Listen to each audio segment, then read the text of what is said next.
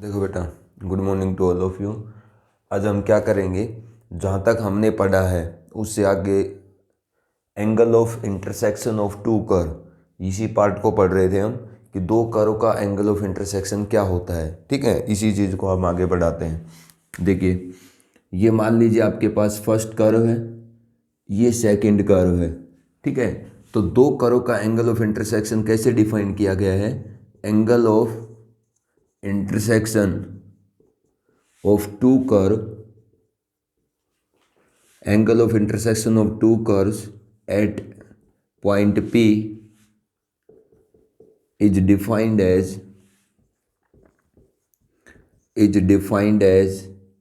the angle between two tangents at the point of intersection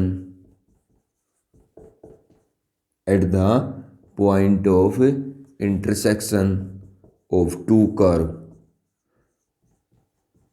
ठीक है, देखो, दो कर्व का एंगल ऑफ इंटरसेक्शन कैसे डिफाइन किया गया है? किसी भी पी पॉइंट पर दो कर्व का एंगल ऑफ इंटरसेक्शन क्या होगा? उस पी पॉइंट पर दोनों कर्व पे डाले दो टेंजेंट्स के बीच का एंगल होगा। अब ये मान लीजिए कर्व C1 है, ये कर्व आपकी क्या है? C2 है।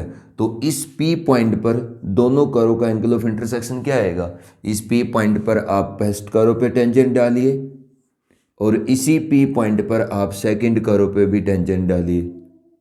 तो इस पी पॉइंट पर दोनों कर्व पे ये जो दो टेंजेंट डाले हैं, इनके बीच का जो ये एंगल है theta acute, this is known as the angle of intersection of a two curve. ठीक है, how we calculate this acute angle of intersection of the two curve? By using the formula tan theta is equal to m1 minus m2 divide by 1 plus m1 into m2, क्योंकि हम जानते हैं कि दो line का acute angle of intersection कैसे calculate किया जाता है। तो इन दोनों टेंजेंट्स के बीच का ही एंगल है, इस पॉइंट ऑफ इंटरसेक्शन P पे यही दो कर्व के बीच का दो कर्व का एंगल ऑफ इंटरसेक्शन है। तो दो कर्व का एंगल ऑफ इंटरसेक्शन किसके इक्वल होता है? उन दोनों कर्व के पॉइंट ऑफ इंटरसेक्शन पे डाले दोनों टेंजेंट्स के बीच का एंगल होता है। तो दो टेंजेंट क्या है? दो लाइन है, इनके बीच का एंगल कैसे कैलकुलेट करेंगे? tan theta is equal to m1 minus m2 by 1 plus m1 m2, इस फॉर्मूला यूज करके। अब यहाँ पर m1 कौन होगा? m1 is the slope of first tangent, या यूं कहो, या slope of the tangent to the curve C1, and m2 क्या होगा बेटा? slope of the tangent to the curve C2, slope of tangent to the curve C2, मतलब जो C2 curve पे टेंजेंट है उसके स्लोप को हम m1 कह रहे हैं। ठीक है, और जो C1 कर्व पे स्लोप टेंजेंट है उसके स्लोप को हम क्या कह रहे हैं? m1 किसको कह रहे हैं? जो C1 कर्व पे टेंजेंट है उसके स्लोप को। और m2 किसको कह रहे हैं? जो C2 कर्व पे टेंजेंट है उसके स्लोप को। अब बताओ आप, m1 क्या होगा? m1 की वैल्यू क्या कहेंगे हम?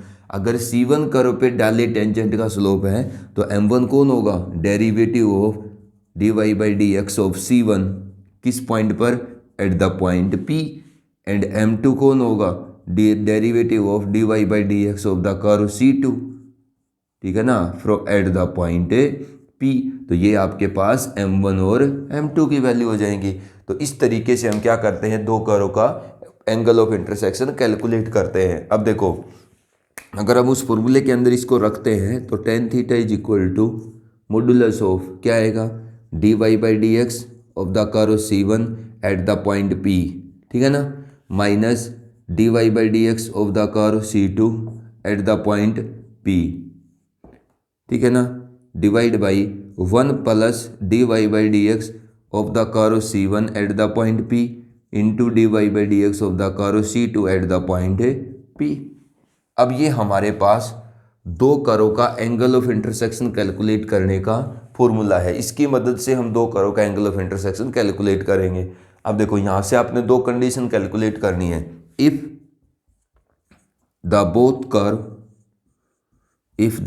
Curve intersect at right angle, intersect at right angle, ठीक है। अगर दो कर्व राइट एंगल पर इंटरसेक्ट करेंगी, मतलब दो कर्व के ऊपर दो कर्व जिस पॉइंट पर इंटरसेक्ट करेंगे वहां पर अगर आप दो टेंजेंट डालोगे तो दोनों के बीच का एंगल क्या होगा, सच दैट एंगल, या यूं कहो such that theta is equal to 90 degree. दो कर्व राइट एंगल पे इंटरसेक्ट करने का मतलब दोनों कर्व जिस पॉइंट पर इंटरसेक्ट करेंगी उस पॉइंट पर पहली और दूसरे कर्व पे अगर आप टेंजेंट डालोगे तो उनके बीच का एंगल क्या होगा, 90 डिग्री। तो उसकी कंडीशन क्या होगी, tan 90 is equal to theta is equal to 90 degree. तो tan 90 इज इक्वल टू ये क्या है, m1 minus m2 divide by 1 plus m1 m2, यही होगा ना। तो tan 90 क्या होता है, इन्फिनिटी। तो इन्फिनिटी इधर तो आ गया इन्फिनिटी, इधर modulus of m1 minus m2 by 1 plus m1 m2, यही आएगा। अब देखो ये इन्फिनिटी है, यहाँ से कोई रिजल्ट नहीं आएगा, इधर इन्फिनिटी हो जाएगा। तो आप इसको क्या कर दो, रेसिप्रोकल कर दो। रेसिप्रोकल करोगे तो 1 प्लस m1 m2 तो ऊपर चला जाएगा और m1 माइनस m2 नीचे चला जाएगा। उधर क्या बन जाएगा, 1 बाई इन्फिनिटी। दोनों साइड का रेसिप्रोकल कर दिया मैंने।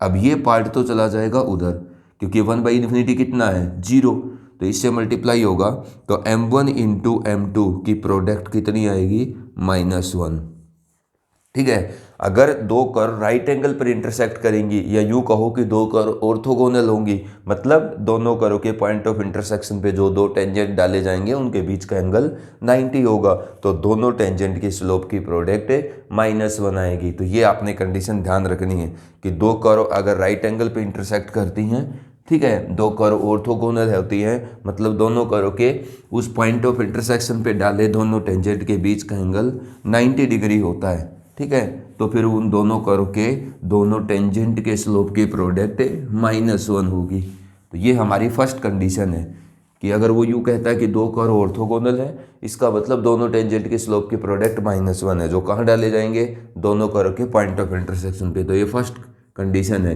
कि m1 into m2 is equal to -1।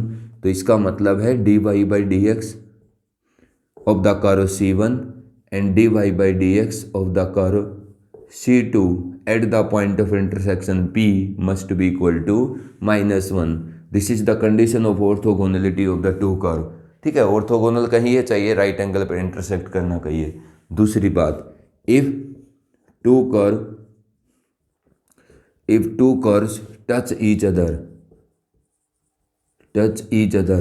अगर दो कर्व एक दूसरे को क्या करती हैं, टच करती हैं, तो अगर दोनों कर्व एक दूसरे को टच करेंगी, जैसे ये है, मान लीजिए कि यहाँ दोनों कर्व एक दूसरे को टच कर रही हैं, तो यहाँ इस पॉइंट ऑफ इंटरसेक्शन पे जहाँ आपकी दोनों कर्व टच करती हैं, यहाँ पर अगर आप दोनों कर्व पे टेंजेंट डालोगे तो दोनों कर्व के ऊपर डाले दोनों टेंजेंट के बीच का एंगल कितना होगा, 0 डिग्री। तो इसका मतलब if the two curve touch each other such that angle between the two tangent at the point of intersection is 0 degree. क्या होगा, tan 0 degree is equal to m1 minus m2 divide by 1 plus m1 m2 का magnitude, ये 0 आएगा। अगर ये 0 आएगा तो tan 0 क्या होता है, 0, इधर मल्टीप्लाई हो जाएगा, m1 minus m2 is equal to 0, तो m1 is equal to m2।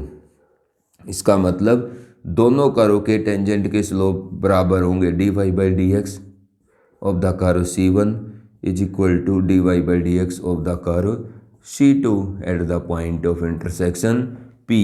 ये दूसरी कंडीशन आपने ध्यान रखनी है, ठीक है। तो दो कर्व का एंगल ऑफ इंटरसेक्शन निकालना आना चाहिए, दो कर्व की ऑर्थोगोनलिटी की या परपेंडिकुलर की राइट एंगल पर इंटरसेक्ट करने की कंडीशन याद रखनी है, और दो कर्व की एक दूसरे को कब टच करेंगे इसकी कंडीशन आपने याद रखनी है, ठीक है।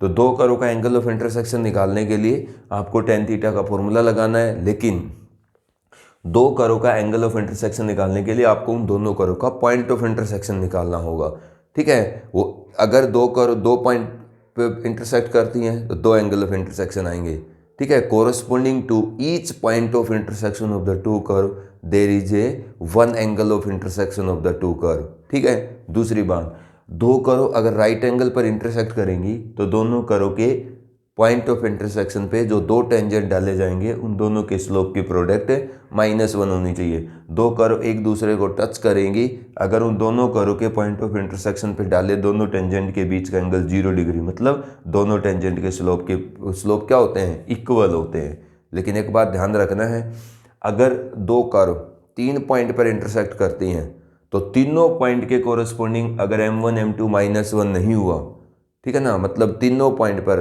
क्योंकि corresponding to each point of intersection there is one angle of intersection, तो अगर 3 पॉइंट पर इंटरसेक्ट करती हैं और तीनों पॉइंट पर एंगल ऑफ इंटरसेक्शन दोनों कर्व के बीच का 90 डिग्री नहीं है, मतलब थीटा 90 नहीं है, तो आप उनको ऑर्थोगोनल कर्व या राइट एंगल पर इंटरसेक्ट करना नहीं कहेंगे। मान लीजिए 3 में से 2 पॉइंट पर इंटरसेक्ट करते हैं, वहाँ तो एंगल ऑफ इंटरसेक्शन 90 आता है, तीसरे पे कुछ और आता है, तो those curve are not the orthogonal curve, ठीक है। तो two curves are said to be orthogonal if m1 m2 is -1 where they intersect. जहाँ भी वो इंटरसेक्ट करें वहीं पर डाले दो टेंजेंट के स्लोप के प्रोडक्ट -1 होगी, ठीक है। जहाँ जहाँ वो इंटरसेक्ट करती हैं वहीं पर दोनों कर्व पे डाले दोनों टेंजेंट के स्लोप की प्रोडक्ट -1 होगी, तो ही आप क्या कहेंगे, उनको ऑर्थोगोनल कर्व कहेंगे। समझ गए। तो ये हमारा दो कर्व के एंगल ऑफ इंटरसेक्शन का छोटा सा कंसेप्ट है। अब मैं एक क्वेश्चन करता हूँ, आपने दो कर्व का एंगल ऑफ इंटरसेक्शन निकालना आना चाहिए, दो कर्व का ऑर्थोगोनलिटी का कंडीशन याद रखना है, और दो कर्व का टचिंग का कंडीशन, कि दो कर्व एक दूसरे को कब टच करती हैं। अब देखिएगा, हम एक छोटा सा क्वेश्चन करते हैं। पहले तो find the angle of intersection, find the angle of intersection, find the angle of intersection of the curve, find the angle of intersection of the curves y square is equal to 4x and x square is equal to 4y। इन दोनों curve का angle of intersection calculate करना है। अब दो curve का angle of intersection कैसे calculate करेंगे, सबसे पहले आपने दोनों कर्व का एंगल ऑफ इंटरसेक्शन कहाँ डिफाइंड होता है, दो कर्व का एंगल ऑफ इंटरसेक्शन दोनों कर्व के पॉइंट ऑफ इंटरसेक्शन पे। तो आप दोनों कर्व के पॉइंट ऑफ इंटरसेक्शन निकालिए कि ये दोनों कितने पॉइंट पर इंटरसेक्ट करती हैं। तो ये आपके पास एक्स और वाई वेरिएबल के दो रिलेशन हैं, आप इन दोनों रिलेशन को यूज करो और एक्स और वाई की पॉसिबल वैल्यूज कैलकुलेट करो। क्या करूँगा मैं, यहाँ से y की वैल्यू कैलकुलेट करता हूँ x²/4, और इस y की वैल्यू को फर्स्ट इक्वेशन में y की जगह सब्स्टिट्यूट कर देता हूँ। एक वेरिएबल का रिलेशन लाओ दोनों की मदद से। पॉइंट ऑफ इंटरसेक्शन कैसे निकालेंगे, जो आपके पास दो वेरिएबल के दो रिलेशन हैं उनको आपस में यूज करो और एक ऐसा रिलेशन लाओ जिसमें एक ही वेरिएबल हो। तो मैं इसमें से y की वैल्यू कैलकुलेट करके यहाँ रख देता हूँ। क्या हो जाएगा, ये एक वेरिएबल में बदल जाएगा। तो अब ये क्या है, स्क्वायर, तो x⁴/16 is equal to 4x, तो x⁴ is equal to 64x, तो x⁴ - 64x is equal to 0। x common आएगा, x³ - 64 इक्वल टू 0। तो या तो x की वैल्यू 0 होगी या x³ - 64 0 होगा, मतलब x³ इज इक्वल टू 64, मतलब x क्या होगा 4। तो एक तो x की वैल्यू 0 आती है और एक x की वैल्यू 4 आती है। x की वैल्यू 0 रखोगे तो y भी 0 आएगा, और x की वैल्यू अगर 4 रखोगे तो 16/4 y भी 4 आएगा। तो दो पॉइंट है, एक पॉइंट तो बेटा 0 0, और जो दूसरा पॉइंट है वो x की वैल्यू 4 है and y is equal to 4। इसका मतलब ये जो दोनों कर्व हैं जिनको ये दो इक्वेशन रिप्रेजेंट करती हैं, ये दो पॉइंट पर इंटरसेक्ट करती है, तो corresponding to each point of intersection there is one angle of intersection of two curve. इसका मतलब इन दोनों कर्व के कितना एंगल ऑफ इंटरसेक्शन आएंगे, दो। आपको वो दोनों कैलकुलेट करने हैं। ये हमारे पास दो कर्व हैं। अब इनका तो हम ग्राफ भी बना सकते हैं, क्यों, क्योंकि ये क्या है, ये parabolic curve y² is equal to 4x, ये तो इस तरीके की पैराबोलिक कर्व है। दूसरी x² is equal to 4ay है। तो दोनों कर्व का एक पॉइंट ऑफ इंटरसेक्शन तो यहाँ है 4 4, और एक पॉइंट ऑफ इंटरसेक्शन दोनों का यहाँ है 0 0। ठीक है, तो इस पॉइंट ऑफ इंटरसेक्शन पे दोनों कर्व पे डाले टेंजेंट के स्लोप को टेंजेंट के बीच के एंगल को θ1 कहता हूँ, और इस पॉइंट ऑफ इंटरसेक्शन पे दोनों कर्व के ऊपर डाले टेंजेंट के बीच के एंगल को θ2 कहता हूँ। इसका मतलब दोनों कर्व के दो एंगल ऑफ इंटरसेक्शन है इन दोनों पॉइंट ऑफ इंटरसेक्शन पे। अब हम क्या करेंगे, इन दोनों टेंजेंट के बीच का एंगल कैलकुलेट करेंगे θ1। तो दो टेंजेंट के बीच का एंगल मतलब दो लाइन के बीच का एंगल ही है। अब इस एंगल को कैलकुलेट करने के लिए मुझे क्या करना पड़ेगा, फॉर्मूला लगाना पड़ेगा। tan θ1 is equal to modulus of m1 minus m2 by 1 plus m1 m2। ठीक है, अब देखो इसको तो हम आसानी से कैलकुलेट कर पाएंगे, पहले उसको कर लेते हैं। 0 0 है नहीं, दूसरा पॉइंट क्या है 4 4। इस पॉइंट पर दोनों टेंजेंट के बीच का एंगल कैलकुलेट करना है, मतलब दो लाइन के बीच का एंगल निकालना है, तो ये फॉर्मूला लगाना होगा। अब क्या करेंगे हम, ये m1 निकालेंगे और m2, तो इस क्यू पॉइंट पर m1 कौन है, c1 कर्व, पहली कर्व पे डाले टेंजेंट का स्लोप, और m2 कौन है, दूसरे कर्व पे डाले टेंजेंट का स्लोप। अब इस टेंजेंट का स्लोप कैसे आएगा, ये जिस कर्व पे है y x square is equal to 4y, और ये किस पे है y square is equal to 4x। तो आप क्या करिए, किसी पॉइंट पर दोनों कर्व पे टेंजेंट के स्लोप के वैल्यू निकालना चाहते हो, दोनों कर्व के डेरिवेटिव की वैल्यू निकाल लो उस पॉइंट पर। ठीक है ना, आपको अगर कि दो कर्व के पॉइंट ऑफ इंटरसेक्शन पे डाले टेंजेंट्स जो हैं दो होंगे, वो उन दोनों टेंजेंट्स के स्लोप की वैल्यू निकालनी है। वो दोनों टेंजेंट जिन दो कर्व पे डाले हैं, ठीक है, उन दोनों कर्व के डेरिवेटिव की वैल्यू निकालो उस पॉइंट पर जिस पॉइंट पर वो डाले गए हैं। तो इस क्यू पॉइंट के कोरस्पॉन्डिंग मैं दोनों कर्व के डेरिवेटिव की वैल्यू निकालूंगा, तो इस क्यू पॉइंट पर दोनों कर्व पे जो दो टेंजेंट डाले गए हैं इन दोनों के स्लोप आ जाएंगे। बस इन दोनों टेंजेंट के स्लोप से मैं क्या करता हूँ, दो लाइन के बीच के एंगल का फॉर्मूला लगा करके इन दोनों टेंजेंट के बीच का एंगल निकाल लेता हूँ। यही तो है दोनों कर्व का एंगल ऑफ इंटरसेक्शन। बताइए, पहली कर्व का dy by d x, 2y कौन सी भी पहले मान लो, कौन सी भी second, dy by d x is equal to 4। तो यहाँ से dy बाई डी एक्स की वैल्यू आ जाएगी कितनी, 4 बाई 2y, 2 2 जा 4, तो dy by d x is equal to 2 by Y.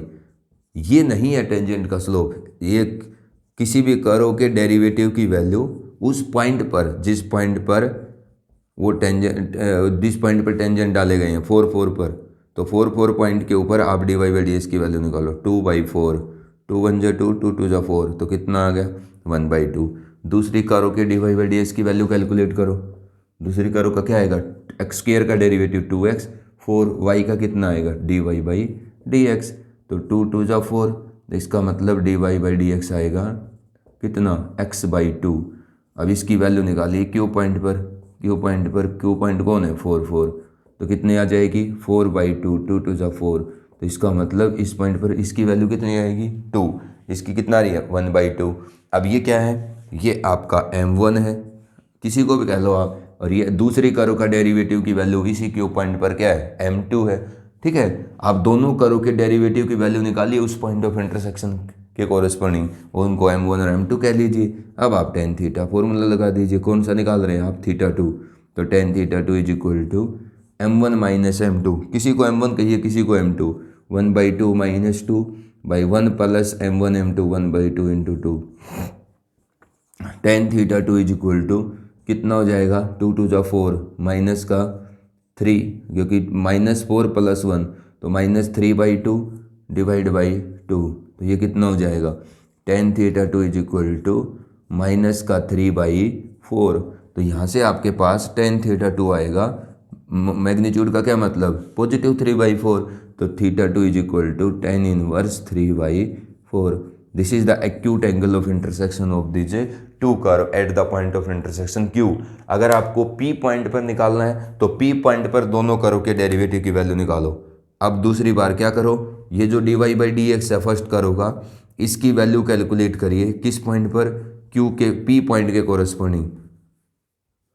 ठीक है, 0 0 पर, तो क्या आएगा 2 बाई 0 इन्फिनिटी, और उस कर्व के डेरिवेटिव की वैल्यू कितनी आएगी, इसकी वैल्यू बताओ, इस कर्व के डेरिवेटिव की वैल्यू इसी P पॉइंट पर कितनी आएगी 0 0 पर, 0 बाई 2 0।